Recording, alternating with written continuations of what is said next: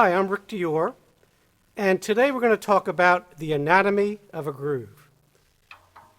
So a couple weeks ago, I had got some music from a composer, and it was a studio gig where I was going to replace a drum machine on a project he had done. It was pretty much done, which is unusual. Usually the drums are the first thing that we put on there, but he had done the whole project and had some money left over, so he wanted to replace the drum machine with live drums. So he had, it was, well, how to describe the project? It was kind of a fusion-y kind of jazz vocal thing. So there was a lot of up-tempo tunes on there with backbeats, and you know, it's pretty interesting actually. And it's turned out to be one of the most difficult projects I've done in a while, because when you hear something like that, you're really not sure what to play. And to top it all off, he had taken the drum machine that he had on there off because he wanted to make sure that didn't influence what I was hearing, which is kind of smart, I guess. And he just said, you know, do your thing, because I've worked with him before. And there was a click, obviously, on there. And so what I did was this tune was a cover tune of a tune back in, I'm not gonna say what it is, but it's very old, back in the 70s, and he did kind of a new version of it, which is a common thing. And I just kind of lifted the bass track off of that and just copied it and sequenced it so you guys would have a little bit of the sound of it, so you could, you know, we could do this lesson. So that's just a couple bars of the bass line, and obviously there's chord changes and there's a couple different sections in the tune, but that's the main groove. So what I wanted to do today is talk to you about how I come up with parts to these kinds of tunes. Now again, this is sort of an aggressive kind of funk fusion thing. So I'm going along those lines. The first thing I normally do though is, you know, talk to the composer or the artist and listen to some things they've done so I have an idea of where they're coming from. I try to educate myself. That's really important. But sometimes they'll say, like I told you earlier, you know, just do your thing. I want you to do your thing. That's why, you know, I'm asking you to do this. So I kind of, you know, play with it for a while, and what I'll do is I will give them several versions of the tune to kind of cover my butt, because, you know, you got to set up the drums and mic them. I have individual mics when I do that kind of project. It's not just this one mic deal that I do here and a bass drum mic. So, you know, it's a big setup. It takes a couple hours to set it up, so I don't want to have to do it again. So I'll run 3 or 4 different versions of the tune, and that's easy because I can just lay it under that and send it to them, and then I'll have, you know, the mix in different files of all the, you know, the drum tracks. So for this particular tune, I started really simple, and I built to the last take. I think I did 5 takes of it. And the last take was very aggressive, and that's actually what he ended up using. So I was kind of shocked. But I always start with the simplest thing. So you see that kind of synth bass line, which is what that is. It's very active. So when something's that active, you have to kind of be unactive to make sure it locks in, especially in the beginning of the tune. And as the tune goes on, you can build it and build it to create excitement. But at first, you want to take it easy.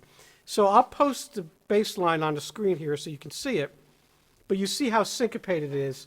We have lots of ands and uhs. So one of you, oh, I want to, bump, ba da da dun. So,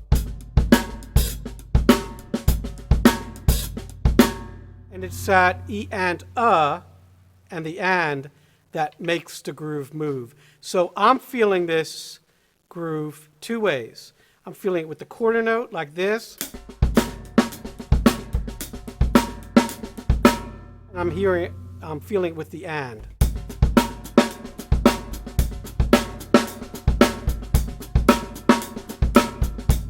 So that's important. So it's where the emphasis is. In other words, when you hear jazz, you're not thinking 1, 2, 3, 4, 1, 2, 3, 4. You're thinking 1, 2, 3, 4, 1, 2 on the 2 and the 4. If you're thinking on the 1 and the 3, it's not going to swing. All right? So that's the first thing you have to kind of decide for yourself. Where are you feeling that groove? Is it 1, 2, 3, 4, or is it 1 and 2 and 3 and 4 and obviously, does it bounce? Does it go, or is it straight? So does it go?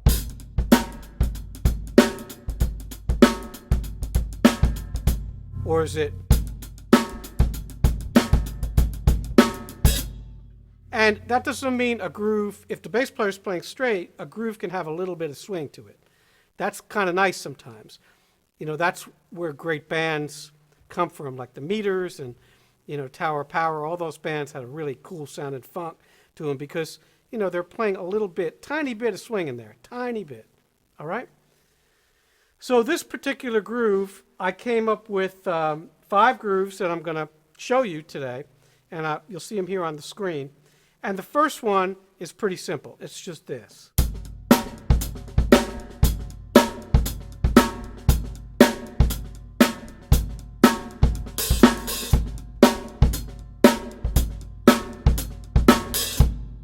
So let's hear that with the recording.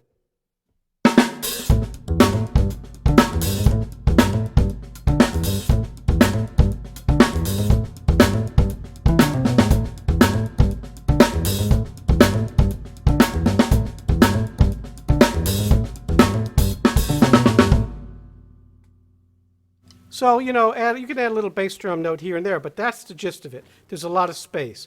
And my bass drum is acting as an anchor for the most part, except for that last E and on B2. So slowly, that note right there. All right? Now, the next one, number 2, I'm syncopating the snare drum. So that sounds like this slowly.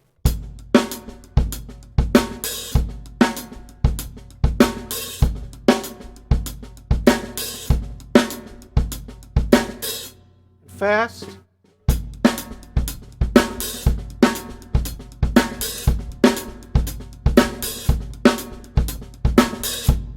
And now I'll play it with the track for you.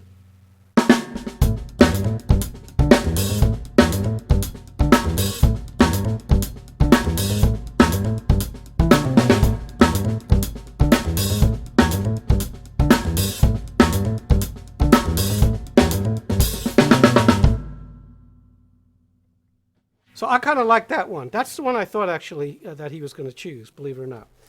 Then we start getting complicated. So the next one's a little more busy. I'll play it slowly.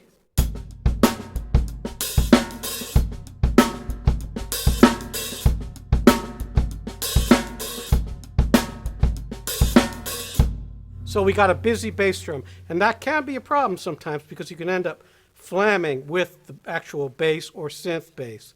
So you've got to be unbelievably accurate. And these kinds of grooves can get you into trouble. So let me play that for you.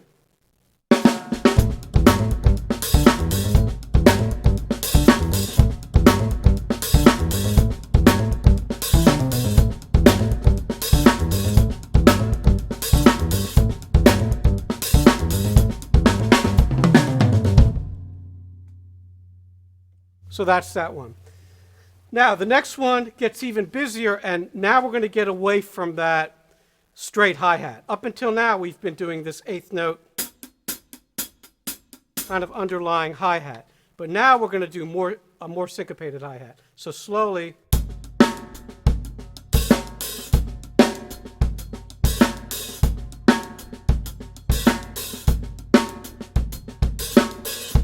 Now you notice how I'm using the shaft tip kind of method. I'm not using a stiff arm. The hi-hat's more like a shaker kind of rhythm.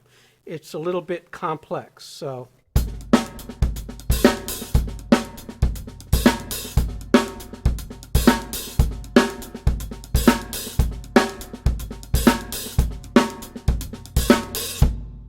And let's try that with the track.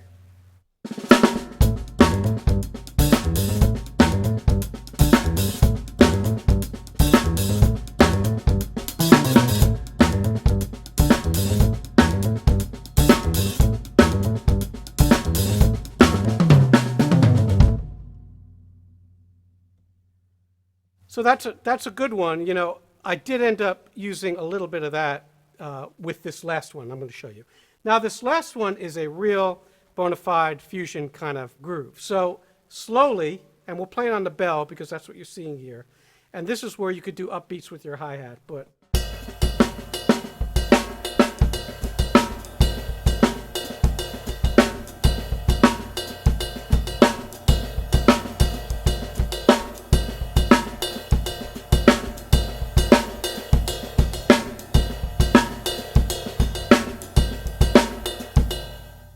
so you can vary that a little, your bass drum pattern especially. So here's that.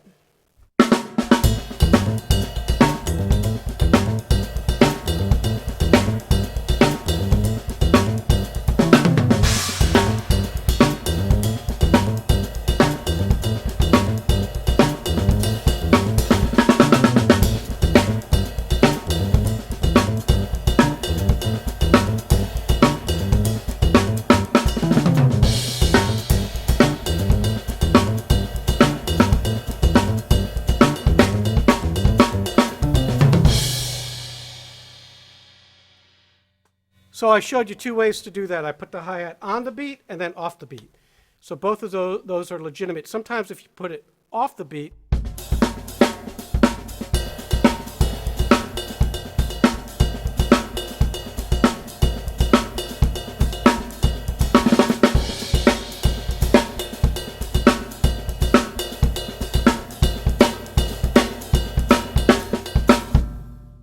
and splash it, it's really effective. So that's the one he went with, and we'll see what happens. He's still got everything, so if he changes his mind, it's fine. That's the way I do this. Always simplest to most busy.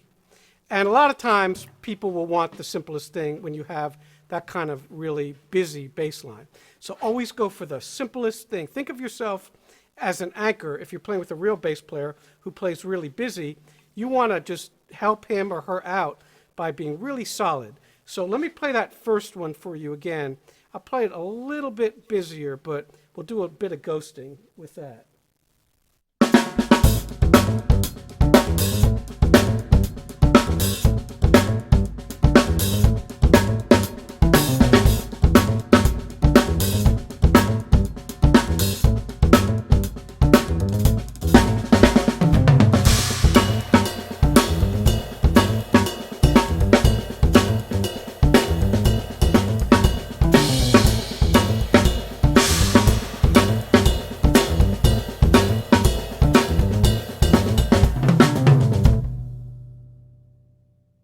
So that's sort of a hybrid of number one, but mixed in with some ghosting. So you can combine all these things. So you don't have to write out grooves and all that. I just did this as part of the lesson today. But normally I'll start with the simplest thing, I keep saying that, and then get more syncopated. And just remember, you can always syncopate that snare drum like this. And mix that in with the straight groove. So you can go back and forth. And let me show you what that sounds like.